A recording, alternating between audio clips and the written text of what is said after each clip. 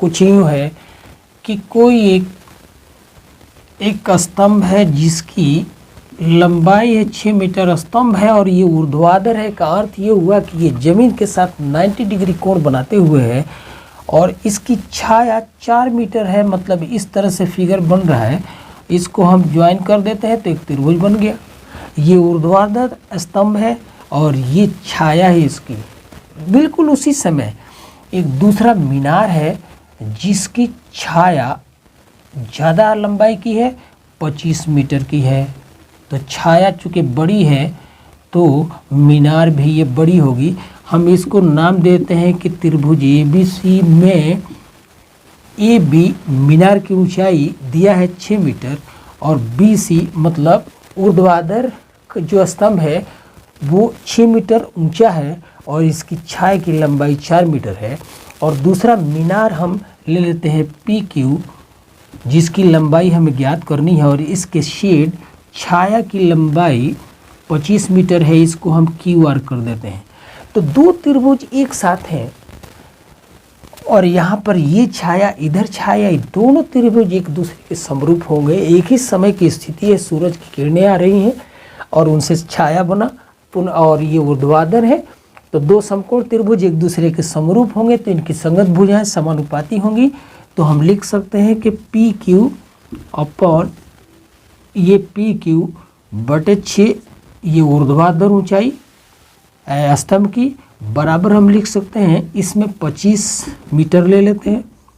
तो 25 metre upon यहाँ पर छाया ये 4 मीटर और इधर 6 मीटर। तो ये मीटर से मीटर कट गया और 6 मीटर बच गया। तो PQ मतलब मीनार की ऊंचाई बराबर हो जाएगी 25 गुणे 6 अपॉन 4 और ये मीटर आएगा। तो इसको 2 से काट दें, 2 तिया 6, 25 तिया 75 अपॉन 2 मीटर, या इसको कह लीजिए 2 तिया 6, 2 से 14.5, 37.5 मीटर ऊंचा मीनार होगा। तो PQ मतलब मीनार की ऊंचाई 37.5 मीटर होगा और यही उत्तर होगा। ये मैं उम्मीद करूंगा कि आपको ये बात समझ में आई होगी। आगे बढ़ते हैं।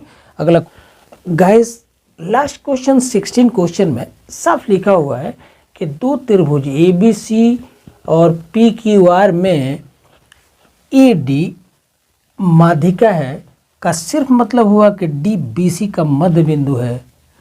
उसी तरह से PM माध्यिका है मतलब MQR का मध्य बिंदु है। का अर्थ कि जितना ये है उतना ही ये है, मतलब QM बराबर MR। उसी तरह से D मध्य बिंदु है मतलब BD बराबर है CD के।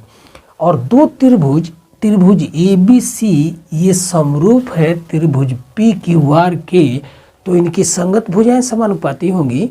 तो हम कह सकते हैं कि AB अपॉन PQ ले लेते हैं बराबर AC अपॉन PR ले लिया बराबर BC अपॉन QR। तीन भुजाओं को हमने समानुपाती ले लिया, लेकिन कोण B कोण Q के भी बराबर होगा क्योंकि इनके सामने की भुजा AC और इधर PR का अनुपात बराबर है दूसरे संगत भुजाओं के अनुपात के। तो कोण B कोण Q के बराबर हम कह सकते हैं।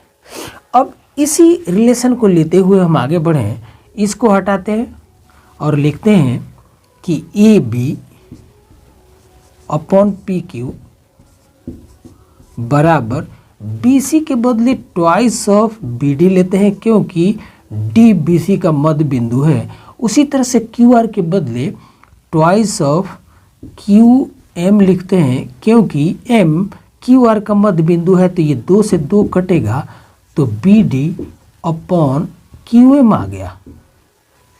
अब आप दो त्रिभुज ले सकते हैं, त्रिभुज ABD एंड त्रिभुज ये D है एंड त्रिभुज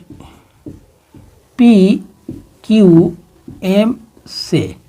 इन दो त्रिभुजों में हमने देखा कोण बी बराबर है कोण क्यू के। ये तो दिया है क्योंकि दो त्रिभुज हैं एक दूसरे के समरूप है, त्रिभुज ए बी सी समरूप है त्रिभुज पी क्यू आर के। और ए बी बराबर कह सकते हैं हम पी क्यू तथा ए डी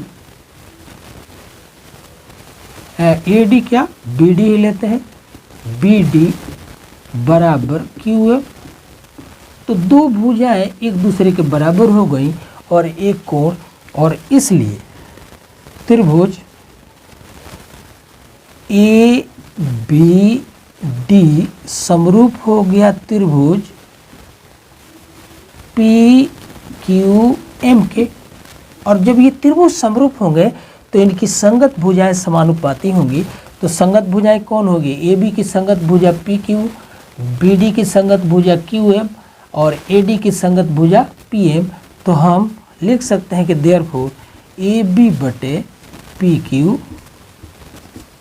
बराबर A D upon P M, क्योंकि दो त्रिभुज समरूप है। किस आधार पर? तो हमने यहाँ पर एस ए एस लिया, दो भुजा एक कोण लिया। तो फाइनली हम समरूप त्रिभुजों की संगत भुजाओं को समानुपाती करते हुए रिक्वायर्ड जो रिलेशन था उसे प्रूव किया। धन्यवाद। आशा करता हूँ जरूर आया होगा आपको।